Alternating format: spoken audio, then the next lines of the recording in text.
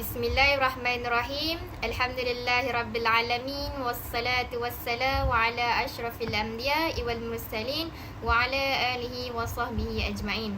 Alhamdulillah, dengan segala limpah rahmat daripada Allah Subhanahu Wa Taala, kita dapat bersama-sama dalam bual bicara pada petang ini dengan barakahnya bersama tetamu khas kita, iaitu yang saya hormati Ustazah Jalilah binti Toha Eslayas Tohara, yang saya hormati juga kepada para penonton sekalian serta rakan-rakan ahli panel sekalian. Sebelum itu, elok kiranya saya perkenalkan latar belakang Ustazah, iaitu tetamu khas kita pada hari ini, iaitu diberi molek dan sedap namanya, Ustazah Jalilah binti Toha Eslayas Tohara, yang berumur 47 tahun dan berasal daripada Selangor.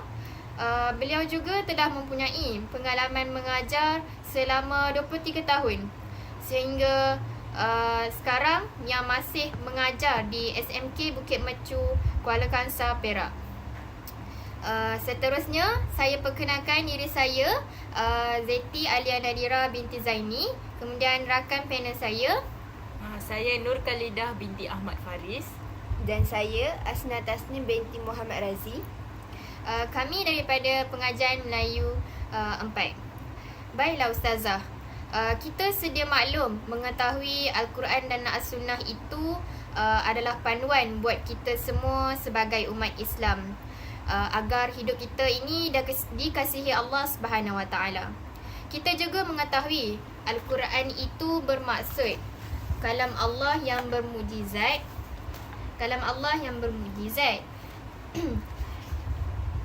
diturunkan kepada Nabi Muhammad sallallahu alaihi wasallam melalui perantaraan malaikat Jibril dalam bahasa Arab.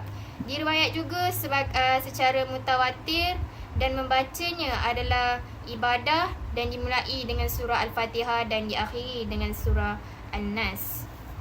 Manakala kita juga tahu Ustazah, As-Sunnah itu bermaksud perkataan, percakapan dan perkabaran, perbuatan, takrir atau sifat yang disandarkan kepada Nabi Muhammad sallallahu alaihi wasallam.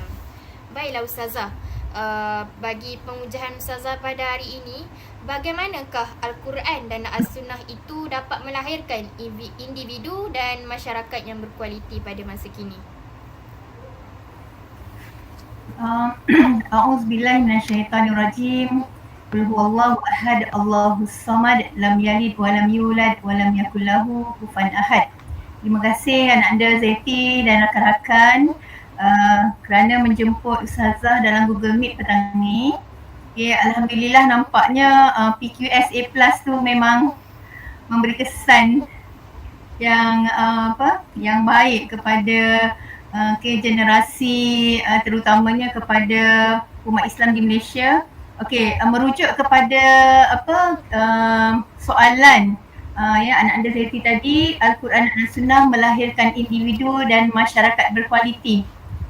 Sememangnya lah, sebab apabila kita melihat kepada maksud istilah yang telah diberikan kepada yang diberikan oleh anak-anda tadi, kalau kita merujuk kepada Al-Quran dan As-Sunnah itu sebagai sumber rujukan utama. Al-Quran sebagai sumber rujukan yang pertama, manakala As-Sunnah sebagai sumber rujukan yang kedua. Jadinya cara hidup kita ni, anak-anak pelajar, kita ni cara hidupnya ditentukan oleh Allah, iaitu Rabbani, di mana kita melihat bahawa Al-Quran dan As-Sunnah sebagai panduan. Okay? Jadinya Al-Quran dan As-Sunnah ini dianjurkan untuk kita sentiasa membaca, memahami, mentadabbur secara istiqamah, dan juga As-Sunnah itu kita pelajari dalam kehidupan kita, sebab kedua-duanya juga adalah sumber hidayah. Di dalamnya ada ilmu, di dasarnya ada ketenangan. Jadi kalau kita tengok manusia yang jauh daripada Al-Quran dan As-Sunnah, pasti dia akan terumbang ambing. Sebab yang pertama tadi, Al-Quran dan As-Sunnah sebagai panduan. Yang kedua, adanya cara hidup. Cara hidup kita Rabbani itu dalam Al-Quran dan As-Sunnah. Kemudian yang ketiga ialah sumber hidayah, sumber ilmu dan sumber ketenangan. Sebab itulah wa nunazzilu minal Quran ma huwa shifa wa rahmatan lil alamin. Ya, bahawa Al-Quran itu diturunkan sebagai syifaun, itu ubat, penenang, rahmat, ya, dan rahmat kepada seluruh alam.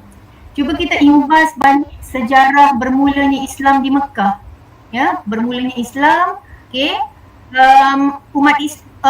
Masyarakat pada waktu itu jahiliyah.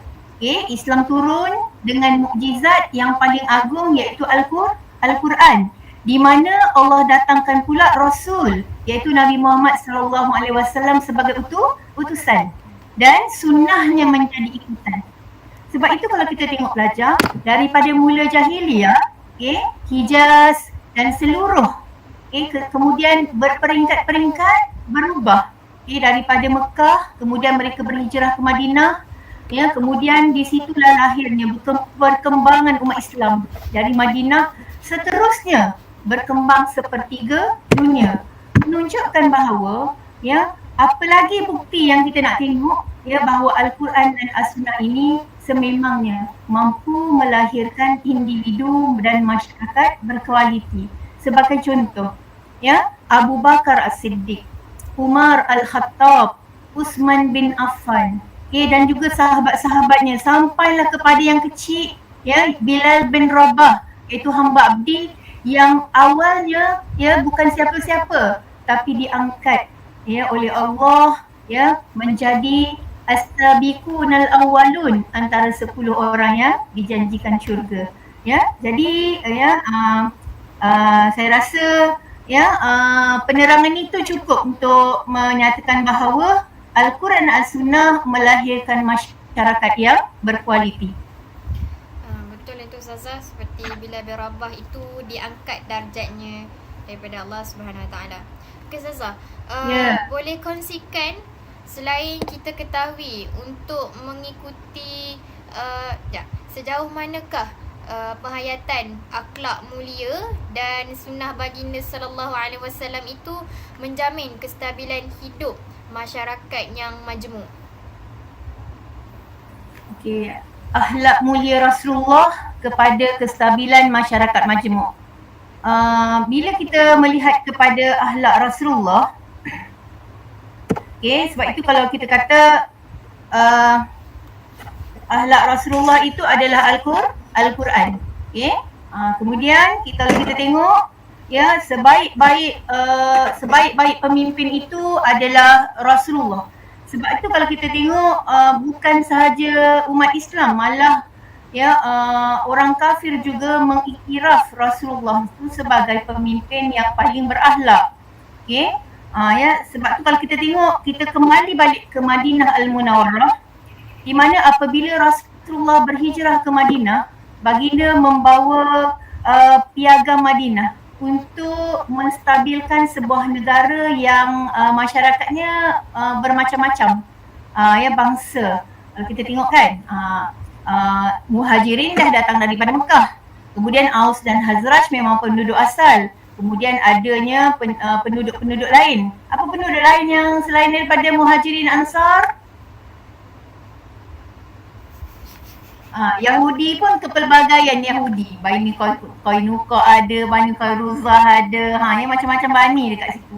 Maksudnya bukan Islam dan juga Islam tinggal bersama-sama di bawah satu bumbung. Dengan satu matlamat iaitu bekerjasama, tolong menolong. Itu adalah piagam yang dibawa oleh Islam. Sebab tu kalau kita tengok, orang Islam bukan Islam wajib menghormati cara hidup Islam, dan sebaliknya orang Islam juga wajib menghormati orang yang bukan Islam. Itu antara piagam Madinah. Okey, kemudian konsep bertoleransi, menghormati cara hidup, jangan menghina, jangan mencaci. Itu antara isi kandungan piagam Madinah yang dibawa oleh Rasulullah.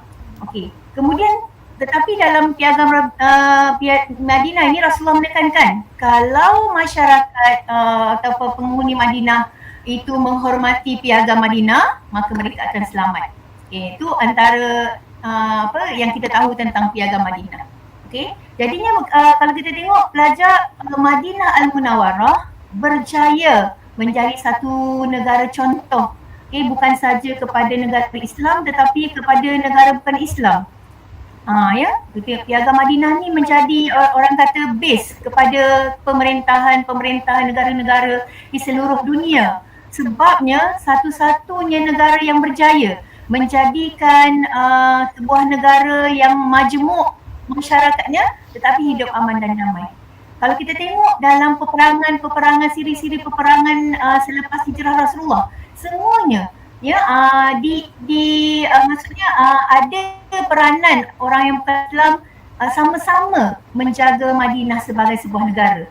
Maksudnya betapalah Rasulullah ini akhlaknya itu ataupun kepimpinannya itu bukan hanya boleh diterima oleh orang Islam sahaja tetapi kepada masyarakat majmuk. Selain itu, kalau kita tengok kisah-kisah Nabi Muhammad, akhlak Rasulullah daripada kecil-kecil Refi. Apa yang kita dah belajar waktu kecil-kecil? Kisah Nabi dengan jiran tua, perempuan tua, ingat tak? Kisah Nabi dengan jiran yang perempuan tua tu. Yang hari-hari mencaci dan menghina Rasulullah. Akhirnya bila dia sakit, siapa yang datang menyuap makanan kepada jiran tuanya tu? Rasulullah. Kemudian kisah orang buta di hujung pekan. Hari-hari Rasulullah menyuapkan makanan. Tetapi hari-hari jugalah orang buta tu mencaci dan menghina Rasulullah. Sampailah Rasulullah wafat. Sampai Rasulullah wafat, Abu Bakar pula yang mengambil alih menyuapkan makanan kepada orang buta tu. Orang buta tu kata, siapa yang menyuapkan makanan aku ni? Lain macam je. Selalunya tak macam ni. Yang selalu menyuapkan makanan kepada kamu wahai orang buta itu Rasulullah. Aku ini Abu Bakar. Kemudian ada pula kisah Badui. Yang waktu tu waktu tu cuaca sangat sejuk. Mati-mati pula ni Zeti. Okey.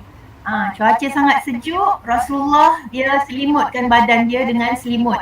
Selimut Rasulullah tu dah lah kasar kan. Sebab Rasulullah ni nama je ketua negara. Tetapi baginda sangat menjaga dari sudut nilai hasil duit yang dia dapat. Jadinya kasar dia punya selimut itu. Bila Badui tu tarik selimut Rasulullah, luka leher Rasulullah. Tu kisah lagi. Kisah Badui kencing dalam masjid. Siapa ingat?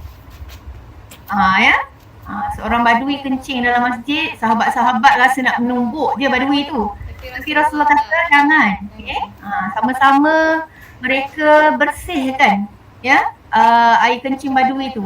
Dan kalau kita tengok daripada keempat kisah yang Ustazah kongsikan ni, kesemuanya akhirnya memeluk Islam. Jadi kita simpulkan bahawa di sini Rasulullah bukan sahaja fokusnya kepada pembinaan negara yang mempunyai masyarakat majmuk, pembinaan ekonomi, tetapi akhlak Rasulullah. Sebab itu Rasulullah ni digelar Al-Amin daripada awal lagi. Peristiwa perletakan Hajar Aswad, Al-Amin, As-Sadiqul Amin. Subhanallah. Gelaran-gelaran Rasulullah ni semua gelaran yang baik-baik. Tak ada satu pun daripada musuh-musuh Islam yang menggelarkan Rasulullah itu sebagai Rasulullah yang tidak baik. Tak ada satu pun perkara-perkara mahzumah yang terpercik kepada Rasulullah. Semuanya yang baik-baik. Sebab tu kalau kita tengok jika umat Islam di Malaysia, kita tak payah tengok tempat lain, mengamalkan sunnah Rasulullah dengan akhlak baginda yang murni ni sudah pasti sudah pasti Malaysia dapat membangun sebagai satu negara majmuk yang bukan sahaja baik tetapi mampu didasari dengan iman dan takwa. Pasti ramai orang akan tertarik kepada Islam. Okey. Itu yang saya simpulkanlah akhlak Rasulullah melahir kepada menjamin kestabilan masyarakat majmuk. Okey Ustazah, itu saja daripada perujahan Ustazah. Kami ada sedikit soalan. Soalan saya, Ustazah, boleh kongsikan selain kita ketahui untuk mengikuti sunnah Rasulullah itu banyak caranya. Tapi bagaimana untuk kita semua sebagai contohnya remaja sekarang yang kita sentiasa berpegang kepada dengan kehidupan kami yang ingin keseronokan.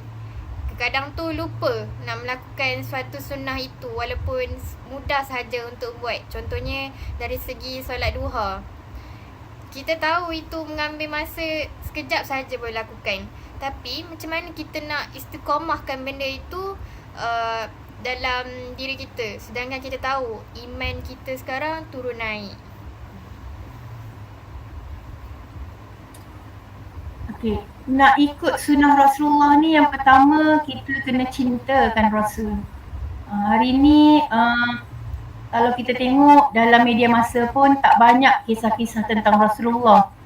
Hari ni juga pelajar-pelajar ataupun remaja hari ni banyak disibukkan dengan, kalau TikTok pun TikTok yang yang banyak laranya berbanding kepada menjurus kepada cintakan Rasul.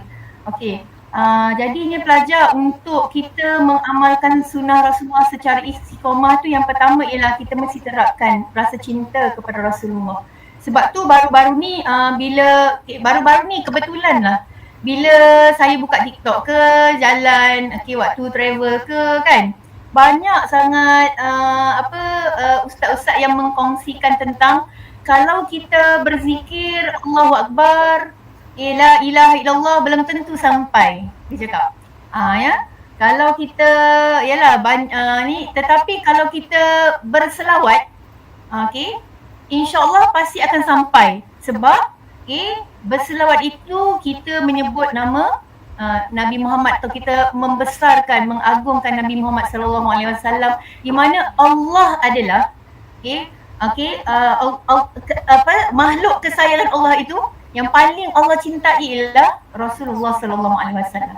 Jadinya pada hari ini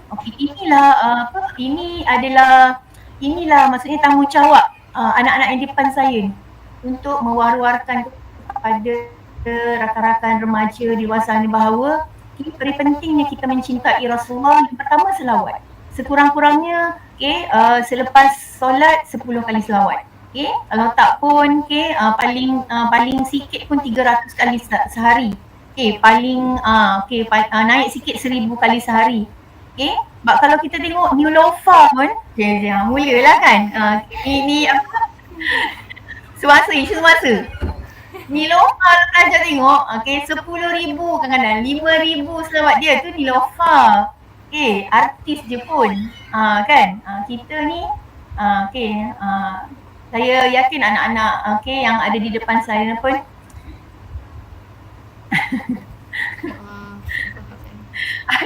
ada gangguan.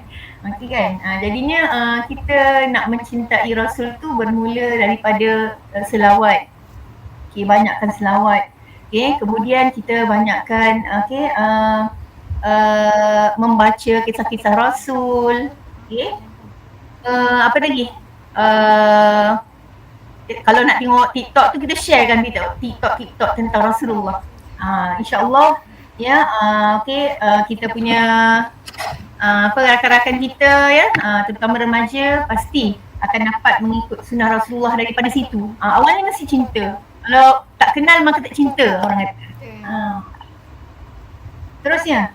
Okey, baiklah. Soalan seterusnya, bagaimanakah cara untuk kita mengajak ahli keluarga kita? Dengar ni Rose ya? Yang ni Rose kan? Yang pakai spek? Khalida? Anak dia Johor, tak apa dengar. Maaf. Okey, baiklah, soalan saya, bagaimana cara untuk kita mengajak ahli keluarga kita mengamalkan sunnah Rasulullah? Apakah pendekatan terbaik yang kita boleh ambil? Okey, baiklah, itu saja soalan saya, Ustazah. Memanglah ya, anak dia, kita ni kalau nak kata iman tak dapat diwarisi kan? Tetapi macam mana pun kalau dalam rumah tangga tu peranan ibu bapa lah. Peranan ibu bapa menjadi contoh untuk mengamalkan sunnah Rasulullah. Contohnya menutup aurat dari kecil. Contohnya ni. Kan? Dari kecil. Dari kecil kita asuh anak-anak supaya cinta kepada Nabi, berselawat kan. Lepas semayang selawat sama-sama kan. Solat berjemaah, lepas solat berjemaah berselawat sama-sama dengan anak-anak macam ni kan. Maka dari kecil melentur buluh biar dari rebungnya.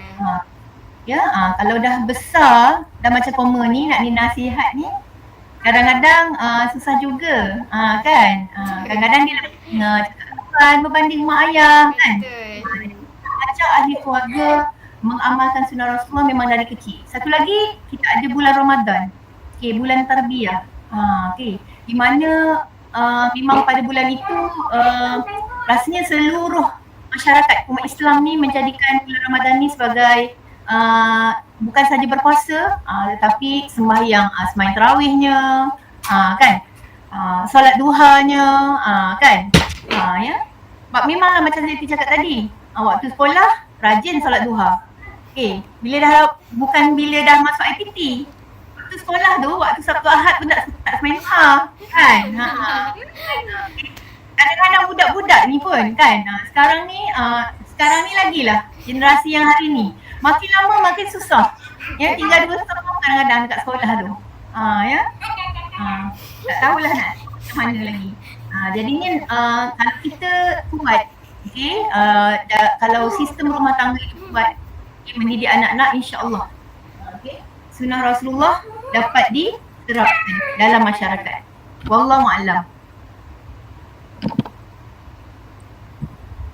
Okay, Ustazah. Soalan yang terakhir sebelum kita tutup perjumpaan hari ni. Rasulullah SAW ni kita tahu merupakan khalifah di muka bumi yang diutuskan oleh Allah. Jadi saya nak Ustazah terangkan apakah yang dimaksudkan dengan khalifah tu dan bagaimana dengan menghayati akidah, ibadah dan akhlak boleh membantu seseorang untuk perbaiki dirinya lagi.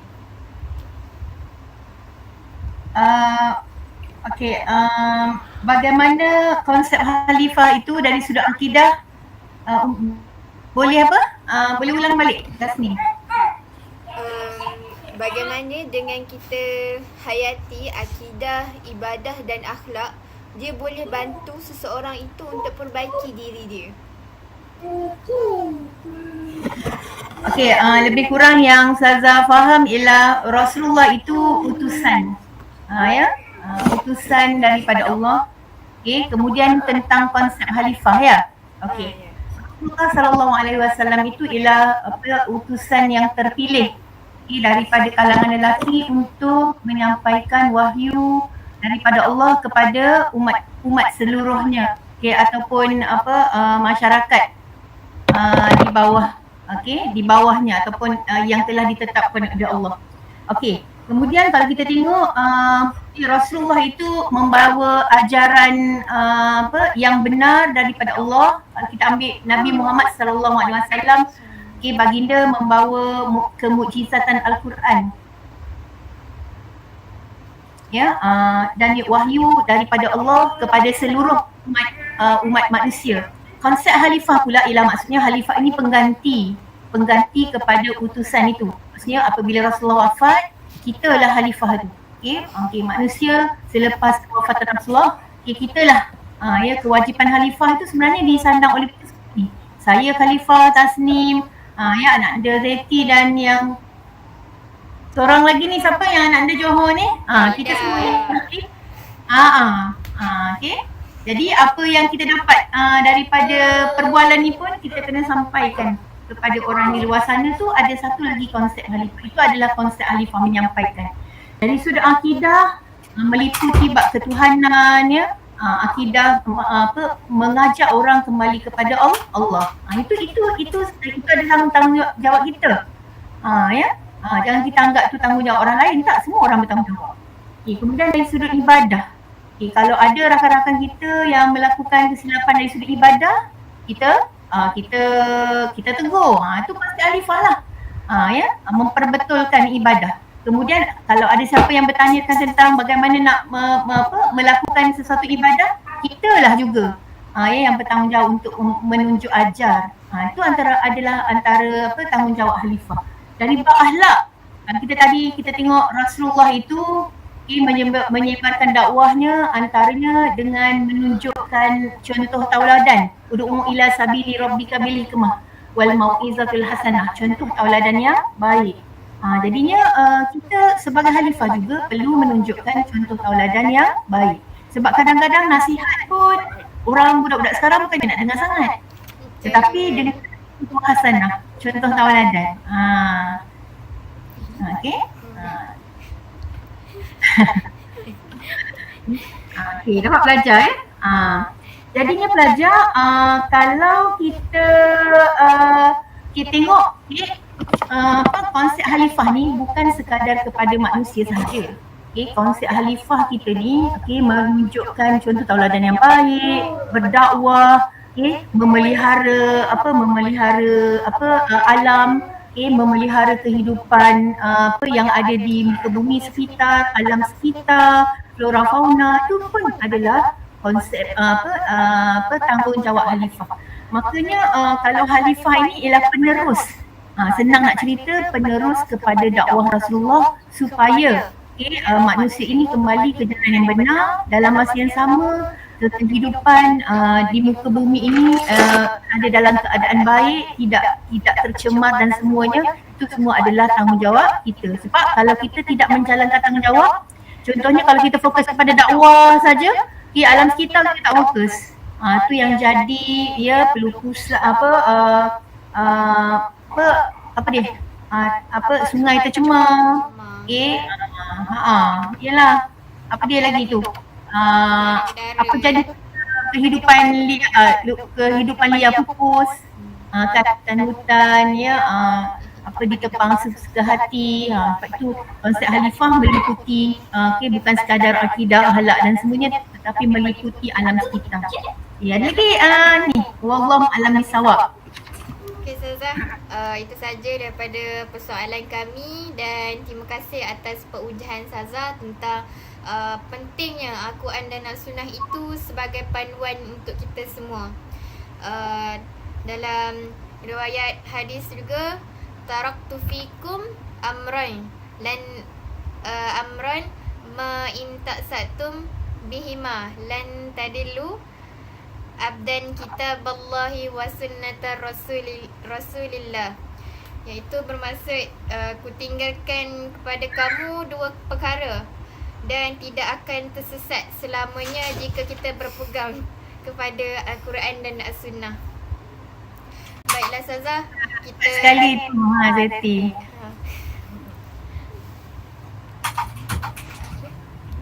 Sebab tak berapa clear dekat sini. Tak berapa clear. penutup dah Ustazah. Okey, alhamdulillah. Terima kasih Asna. Terima kasih Zeti. Terima kasih Khalida. Okey. Okey Ustazah, kita akhiri majlis kita berbicara pada hari ini saja. Ucapan kami jutaan terima kasih kepada Ustazah atas perkongsian pada hari ini. Semoga kita semua dilindungi oleh Allah Subhanahu Wa Taala dan insya-Allah boleh berjumpa lagi. Terima kasih Ustazah. Terima kasih semua. Assalamualaikum. Salam. Bye Amma. Bye Amma. Bye Kakak Zeti. Bye. Terima kasih Ustazah. Sama-sama.